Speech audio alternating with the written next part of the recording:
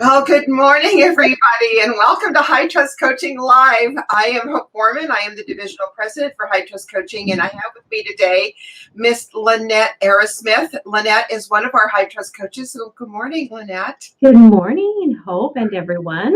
That music is awesome. I love it. I love that music. Do you dance too? I dance a little. So today we are going to talk about the law of the broom. And the law of the broom, for those of you that are not familiar with the 14 laws of high trust selling, the law of the broom says that to build your business up, you must first clean it up. And that's something I think that we do on an ongoing basis, right, Lynette? And it's not just, necessarily cleaning up your desk or cleaning up your CRM or cleaning up, which all of that is very, very important. But I think what Lynette and I really wanted to talk about are about what are those things that we want to leave in 2020 and we don't want to take into 2021 with us. And so let's talk about that a little bit, Lynette. So let's see. What do I want to leave in 2020? Number one, the virus. Out of here. Let's see. Number two, politics. Out of here. Oh, you mean other than that? What we definitely, and I know we've talked a lot about business planning the last several weeks, which is fantastic. Yes. And it's a great time to, like you said, clean up before we move forward, clean up before we move up. And so a lot of the conversations I've been having with my coaching members is really looking at database, looking at pipeline. I mean, sometimes it feels like we have this false sense of security if we have this pipeline that's full of loans that are in a pre-approval status, but are they still alive? Are they live? Are they active? Did they go somewhere else? Did they hit the pause button? And so we've really talked a lot about cleaning that up so that you don't have this false sense of security as we are looking to continue to convert those pre-approvals as we focus on purchase business. Take in those refis, of course, but staying true to the relationships that bring in that purchase business. Right. I can't agree with you more. And I think that the more we talk to coaching members, I think that is the one system that we do in coaching is creating an actual system around managing the pre-qual pipeline. Because that is just, not doing it is leaving money on the table. Right. And we're so focused, I think, on what is active and what's in front of us, which, understandably so. There's a lot in front of us right now, and there's a lot that's demanding our attention. But, one of the things that we do have to pay attention to, as you just said, is focusing on our purchase business, focusing on those clients that are out looking, that you've actually done a consultation with, taken a loan application, you've gathered their documentation, you've pre-approved them, you've issued, a pre-approval letter, and then what? Right. And then what? What's the strategy? I think the law of the broom, Hope, we can also embrace systems. Is it, we need to analyze what are our systems. If we looked at every single part and piece of a transaction from pre-lead and referral to post-close, what does that look like? Is it time to clean up, if you will, your process so that you're creating that experience? The old book, Raving Fans, let's go from thinking we're customer service based to really creating fans that help feed into your business as you move forward. So I think being mindful of those areas that need to be cleaned up as well as a database. Yeah, absolutely. And, Todd was just talking about this maybe on a podcast a week or so ago about, I'm making sure that we're creating that wow factor.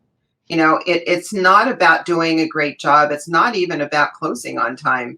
It's about that amazing experience, that wow factor that we're creating. And when we do that pre-approval, are we having a conversation with a client saying, okay, this is what happens next. These are the next steps. When you go into offer, when you go out with your real estate agent, are we creating a this is what you do now, or do we just issue the pre-approval letter and say, call me when you need me, right? Well, and you know what? Anyone can do that. Anyone Sure. Anyone can do that. Anyone can take an app and forget about it until a contract comes in, spit out a rate and fees, and not put on that consultative hat or strategy, if you will. Anyone can do that. So what makes us different in our high trust way is taking the time to slow down Mhm. and do the business the right way. So speaking of the law of the broom, we have to slow down in order to clean up. Right now, I mean, gosh, it feels like you're a hamster on, that wheel inside the cage, right? Everyone's just going crazy. And we've really talked a lot about making sure as you look at your calendar, where are you spending time in your business? Are you taking that time now? We're in November and December, focusing on what you need to do into next year. And that means that sometimes you close your email and you put your phone on silent and you focus Mhm. and you're cleaning up. It's that broom, but you have to slow down sometimes in order to clean up, for sure. Yeah, you do have to slow down. And I think that's part of what happens in coaching is that when the coaching member shows up for a coaching session, that 30 minutes is dedicated time and they are slowing down because Yeah. everything is shut down. Everything is, the phone Yes. is off, the door is shut, and they are slowing down. So it is, an optimum time to start having those conversations around doing. And I think it's something, Todd talked about, we did a, master strategy session a couple of weeks ago with our master level coaching members, and Todd was talking to them about on time, and that was something that Yes. I learned from Todd many years ago, and I had implemented into my business. And so I started asking my coaching members after that call, all of my coaching members, when do you have on time, and when is that on time? Is it time blocked? Mm-hmm. Mm-hmm. Oh my gosh. Calendar, time blocking. But you know what happens? We're all human. Mm-hmm. And so we'll be talking to someone. I'm like, okay, talk to me. One of your goals 2 weeks ago when we talked was to stay true to your calendar. And so you've got your time blocking. It sure looks pretty with all kinds of color. Are you doing it? Mm-hmm. And, sometimes it's yes and sometimes it's no. But then we have to talk about what's getting in the way. Mm-hmm. It's a fire. It's the immediate versus the important. And to time block is one thing, but to really change your mindset around the value in that space, there's the key. It's right here. It's right between change your, don't be a Pop-Tart. Be in control of your time. And boy, time blocking, having those to-dos, having the on time, the green time, the I'm going to fight a fire time, and how about me time? Mm-hmm. Mm-hmm. Exactly. Yeah. It's interesting that you said, you mentioned just a minute ago about what are those things that are, getting in my way, and that's a very good question to be asking ourselves. I didn't get this done, or I didn't, I wasn't able to do my on time. I wasn't able to spend Mhm. some time on my pre-qual, pipeline. I wasn't able to, reach out to my referral partners. What was getting in my way? Because the only way we can solve is to at least identify where the obstacles are. Well, exactly. It starts by looking in the mirror. It Hmm. does. It's easy to say, well, time, turn times are so long right now, or my processor can't keep up, so I'm knee deep in my files. And I get it.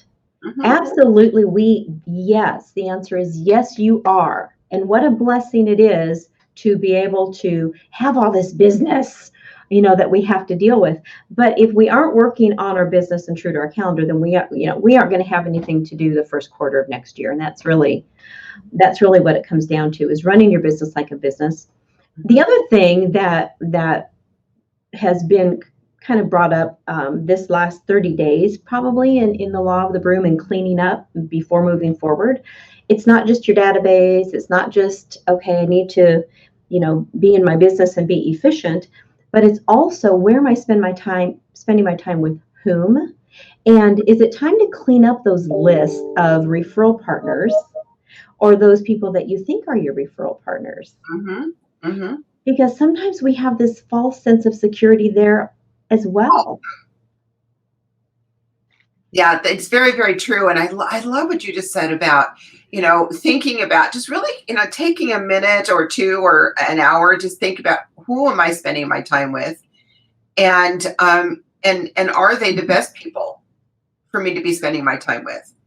Oh, Are they a positive influence? Are they, are we really truly partners? And does that time with that person really, worth my investment of time? Because that's the biggest commodity, right? That's the time is a commodity.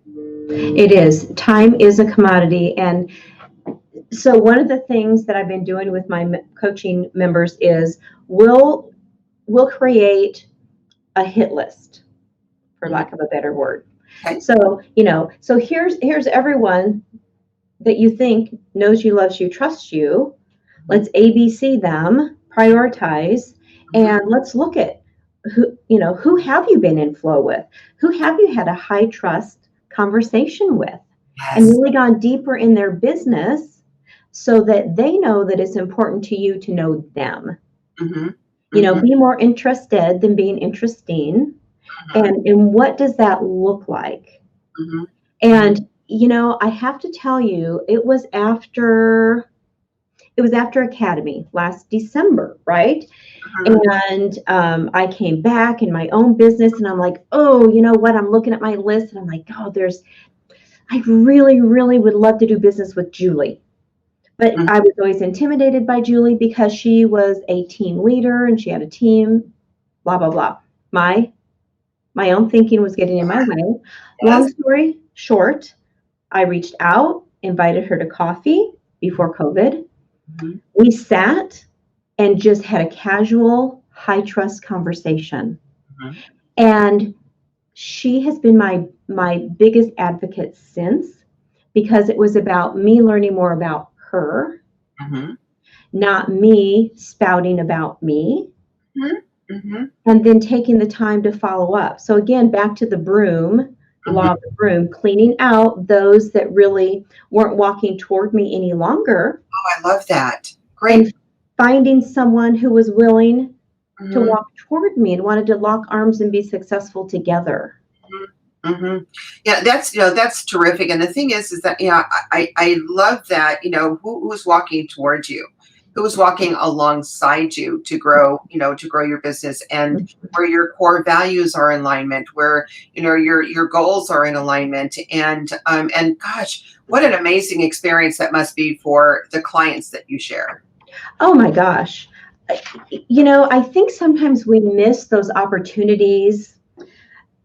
It's not just about the clients that we share that she has an immediate need for, but sometimes, believe it or not, those clients will go to their real estate professional and even ask about refinance opportunities. So in the last 30 days, I've had just from her Mhm. 3 opportunities to talk to mutual clients about refinance needs. And so again, I think it's teeing yourself up as that professional, as that subject matter expert. What Mhm. does that look like? What's your style? And your goal is to be successful Mhm. and help her look good while you're doing what you would do every day. Mhm. Mhm. Would you say that a partnership like that, that is really uh, that understanding or that commitment to mutual growth is the foundation of your business? Would you say that that is something that serves us in any market? Oh, of course. That's where we can't get lost in the value of relationship building. Hmm. And sometimes I think we forget to also continue to give love to those people that we know will refer us anyway, Hmm. but we never want it to be felt like it's taken for granted, right? And Hmm. so that's just another point of conversation, another point of differentiation is I appreciate you. Thank Hmm. you so much. I know I'm your go-to. I get that, but I just want you to know I appreciate what you've done to help me build my business this year. Showing appreciation, it goes a long way. Hmm. It could be a note, it could be an email, it could be a text, it could be a video. Sure. phone Yeah. call. I agree, Lynette. And, and that's, right now we have all of our coaching members are doing their annual review and business planning with their referral partners.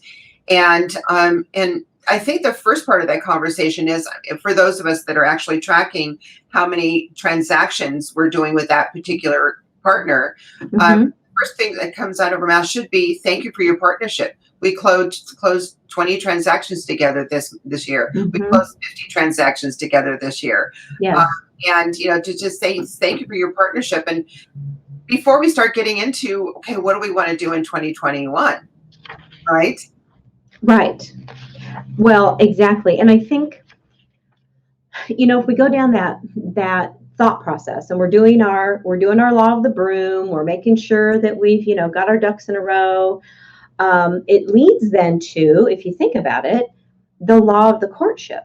Because if we're going to clean up our lists, right, and we want to go deeper in our relationships, our high trust conversations, then we need to make sure that we're tip top in what that high trust interview looks like, what it feels like, what are those questions that we're asking, how do we go deeper in that relationship? Because I think, if we keep in that mindset of the courtship, then is someone going to engage in me in the way that I want to engage in my business, or are we not a good fit? And that's okay too. That's okay too. Absolutely, it's okay too. I think that, I would imagine that, what would you think in today's environment? What do you think that when you're talking with a new real estate agent, do you think that their needs are the same that they've always been, communication, close on time, all of those consistent, needs that they have in working with a lender? Or do you think maybe they might have changed a little bit?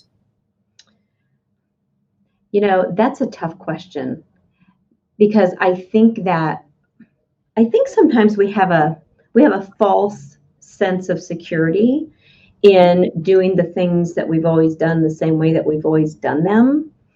And, I really like to challenge myself and my coaching members to think outside of that. So you're exactly right. It's not, you can't say the same thing and do the same thing, because it needs to be different. So you've got the core, that is always there in the strategy, but it kind of goes back to you. What makes you different? What's going to differentiate me from that next person they might talk to or get a call from? It absolutely could just be the questions that I ask. Yes. And that's the high trust way. It's asking the questions to go deeper, but it's also, I think, taking the time to be consultative. Especially with a newer relationship, you want them to know that it's not about the transaction. So that's what I would say. I think it's just super important to make sure that we're focusing on the relationship versus the transaction. And unfortunately, in today's world, I think that's unique. I hate to say it, but I do. I think it's unique. Yeah, it is unique. And I think that is the difference, is maybe, or perhaps it is the difference in the questions that we're asking. How are you doing in this new environment? How can I help you win? Exactly. I was just thinking that. It's like, what can I do for you? How can I help you be more successful? Let's look at your business. Someone else, her name is Marie, one of my key referral partners, she represents a builder. And so last year when we were doing our business planning session, we focused on, okay, this much of our business comes from new construction. Let's find a way to get in front of that consumer that's not going to build a new house from start to finish. How can we balance out those sources of business so that it's some existing business that comes in with that? And then we talked about what that would look like. Right. No one thinks about that. No one takes the time to have those conversations because they're looking at themselves. Well, what's in it for me? That's not the right way to look at it. No, and it doesn't go very far. It kind of stops right there. Actually, I have a client in Canada that is I would say 100% of her business is builder business. And one of the things that she does is she helps the sales team be better at when people are coming through that door to look at the properties. From what she's explained to me is that most of the developments, irrespective of the fact that there are different builders and different developments, the houses all kind of look the same. They're all kind of very consistent. So the only thing that's going to make them stand out is the experience that individual has when they walk into one of her developments. And so she taught the salespeople how to do a high trust interview, how to ask some specific questions. What's important to you about the purchase of this home? What's important to you about your financing? And boy, that started engaging conversations to where that particular development was getting a lot more sales because of the fact we spend a little bit more time with the salespeople, maybe asking different questions. Oh my goodness. How about asking questions like, what makes you nervous about this process? Right. Or what do you find exciting about this process? Yeah. If you know where their mindset is, that also helps you with where you need to go next, right? So before we run out of time, so I've got my business Bible, and look, I've got notes everywhere. Love it. And I do, because I use this every day. And just back to the law of the broom, and it talks about how the law of the broom says that you must get your business running as efficiently as possible so that when the increase in sales come, and it will, you'll have the means to handle it. So what I'm finding is it's here. It's in here, right? Yeah. And so now anyone who is a little behind the curve and getting their poop in a group, it's like, oh shoot. I need to revisit my strategies and revisit my systems going into next year. And so I would just say to everyone who's so busy, hit the pause button and take the time to make sure you're setting yourself properly for the year 2021. Thank you. And that's a great way to kind of wrap up that conversation, because now is the time to be going through what are we keeping and making better? What are we letting go of? What are we not going to bring? What bad habits, behaviors, maybe clients, maybe referral partners, are we just going to just leave in 2020, right? Just kind of leave it in 2020 and keep moving forward. So Lynette, you've been a coach with us with High Trust Coaching for a year now. Yes. And so can you talk to me a little bit about what it's been like for your first year as a coach? Oh gosh. Oh my goodness. We don't have another 30 minutes, Hope. Here's what I would say. I love, having, I would say, the heart of a teacher, having the heart of a strategist and a mindset around how can I help you be better. It's been an amazing experience. And I will tell you that as a coach, it's as fulfilling for me as it is for those that I have the pleasure of speaking to every week. It's the growth is amazing. It's the growth that I see in them, my coaching members, but also just the growth in myself as a person and in my business. Yes. Because I always want to make sure that I practice what I preach. What I preach, what I teach, what I coach, I need to make sure that I'm doing what I am suggesting and helping them do. And that's the integrity of a high trust coach. That they're walking the walk, right? Yeah. They're walking the talk. Yes. And they know that it works, right? Exactly. Yeah. And the growth that we see in people is so rewarding. I know. I love it. Yeah. It's exciting. I love it. Yeah, exactly. Well, Lynette, you bring so much value to the High Trust Coaching faculty. We love seeing you. We love having you. The energy, the enthusiasm, the breath of fresh air that you bring to our team and to our group. So thank you so much for being a part of High Trust Coaching. And thank you so much for all that you do for our members. A couple of things. I am obviously growing the faculty as High Trust Coaching continues to grow and expand its footprint. We are always looking for great coaches. So if you're interested in finding out what it would take to qualify to be a High Trust coach, because there are qualifications, send me an email. I'd love to hear from you. Hope.Bourman@hightrustcoaching.com. We'd love to hear from you, and we'll reach out to you and and have that conversation. For those of you on the call that are thinking about coaching, would like to find out more information about what it's like to be a high trust coached by High Trust, go to hightrustcoaching.com and get a free coaching consultation. Talk to one of our sales consultants and find out about our different programs, which one would be a great fit for you. And in the meantime, make it a great week. Block out some time, implement the time block. I'm seeing one of our users that said implement the time block. So let's find 1 hour that we're going to time block this week that's going to be on time. Perfect. Sounds good, Hope. Great to spend time with you. Thank you.